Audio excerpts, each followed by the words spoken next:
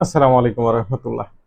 আসলে ভারতের ভিসা নিয়ে ভালো খবর, এটা এখন বাংলাদেশিদের কাছে একটা হাস্যজনক কথা হয়ে গেছে। কারণ স্বৈরাচারের পতনের পর থেকে এই পর্যন্ত ভারতীয় ভিসা নিয়ে যে লেজে গবরে অবস্থা হয়েছে বাংলাদেশিদের জন্য, তাতে করে এখন অবধি ভালো কোনো খবর বাংলাদেশিদের জন্য আসেনি। আর যাও বা এসেছে বা যাও বা দুই একটা ইউটিউবার এই ধরনের খবর দিয়েছে যে আগামী এক সপ্তাহের মধ্যে, আগামী এক মাসের মধ্যে, আগামী 2 মাসের মধ্যে সব খুলে যাবে, মেডিকেল ভিসা ওপেন, একদম মানে যত খুশি তত পাবেন, ট্যুরিস্ট ভিসা চালু হয়ে যাবে। এ ধরনের যত কথাই বলেছে না কেন, সেগুলো ছিল সবই ভুয়া। তো এখন হয়তো আপনারা বলতে পারেন, মাসুদ ভাই আপনিও কি কোনো ভুয়া খবর নিয়ে এসেছেন কিনা? না, আমি শুরুতেই ক্ষমা চেয়ে নিচ্ছি, আমি কোনো প্রকার ভুয়া খবর নিয়ে আসিনি। তবে খুব ভালো বড় কোনো খবরও দিতে পারছি না। তবে খবর একটা দিব, সেটা হচ্ছে এই মুহূর্তে ভারত সরকার আনঅফিসিয়ালি বাংলাদেশিদের জন্য ভিসা বাড়িয়েছে। এখন কি ধরনের ভিসা বাড়িয়েছে? বাংলাদেশের সঙ্গে তারা সত্যি কথা বলতে যে ধরনের বিহেভিয়ার করেছে স্বৈরাচার পতনের পরে, যে যতক্ষণ পর্যন্ত বাংলাদেশে একটা নির্বাচিত গভর্নমেন্ট না আসবে ততক্ষণ পর্যন্ত তারা সম্পর্ক স্বাভাবিক করবে না। তো বাংলাদেশে যে সরকার ইচ্ছা সেই সরকার থাকুক, তাতে তাদের কি। তো তারপরে তারা এখানে হস্তক্ষেপ করেছে। তো এই মুহূর্তে ভারত যেটা করেছে সেটা হচ্ছে, পূর্বে যেভাবে মানে স্লট একদম কমিয়ে দিয়েছিল, এই যেমন মনে করেন 2 সপ্তাহ আগেও 50টা, 60টা, 40টা, 30টাতে চলে এসেছিল, এই স্লটটা কিন্তু হঠাৎ এখন প্রায় 10 থেকে 20 গুণ পর্যন্ত বেড়ে গেছে। এখন প্রতিদিন প্রায় 700 থেকে 800 বা 1000টা করে স্লট কিন্তু ভারত দিচ্ছে, যার বেশিরভাগই হচ্ছে এখন মেডিকেল ভিসা স্লট। যদিও বা মধ্যেখানে যা স্লট দিচ্ছিল তার ম্যাক্সিমামই ছিল হচ্ছে তীর্থ ভিসার স্লট। তবে এই মুহূর্তে তীর্থ ভিসা সিস্টেমটা একটু জটিল হয়ে গেছে।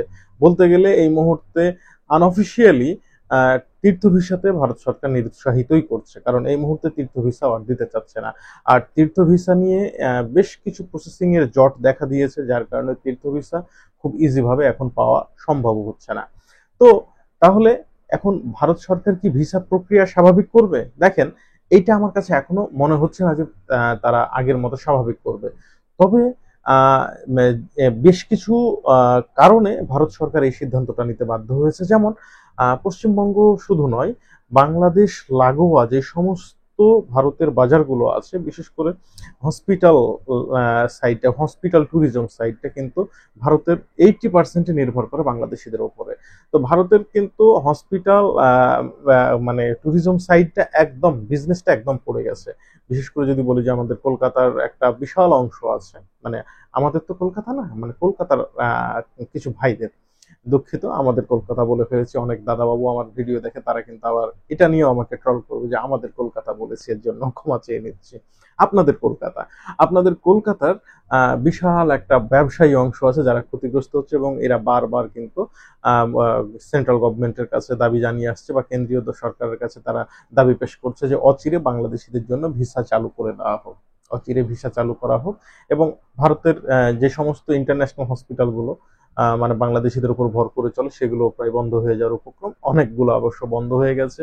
যে সমস্ত ব্যবসায়ীরা বাংলাদেশিদের উপর ভিত্তি করে ব্যবসা করতো, তাদের মানে ব্যবসায় লালবাতি জ্বলে গেছে।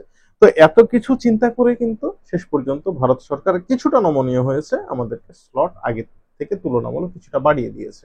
তবে এই বাড়ানোটাও কিন্তু মানে সাফিসিয়েন্ট না, মানে যতটুকু দরকার ছিল তার ধারে কাছেও নেই।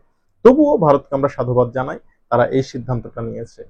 একটা বিষয় অবশ্যই খেয়াল রাখতে হবে, যে ভারত বাংলাদেশ বন্ধুত্বপূর্ণ সম্পর্কটা অবশ্যই যেন ভারসাম্য পর্যায়ে থাকে। এমনটা যেন না হয় একজন প্রভু হবে আর একজন গোলাম। আমরা চাই সমতার ভিত্তিতে সুন্দর এবং সুষ্ঠু একটা সম্পর্ক। যাই হোক, ভারত যেহেতু এগিয়ে এসেছে, আমার বিশ্বাস ইনশাল্লাহ হয়তো অচিরে আরো বেশি এগিয়ে আসবে। ট্যুরিস্ট ভিসা দেখ না দেখ, অন্তত মেডিকেল ভিসাটা আগের মতো করে দিক। তাহলে অন্তত বাংলাদেশের মানুষের কাছ থেকে তাদের যে বৈদেশিক মুদ্রার আয়টা ছিল সেটা ঠিক থাকবে, তাদেরও অর্থনৈতিক জায়গা সচল থাকবে। বাংলাদেশের মানুষের জন্য হয়তো বিকল্প চিন্তা করতে হবে না। সকলকে ধন্যবাদ। আসসালামু আলাইকুম ওয়া রাহমাতুল্লাহি ওয়া বারাকাতুহু।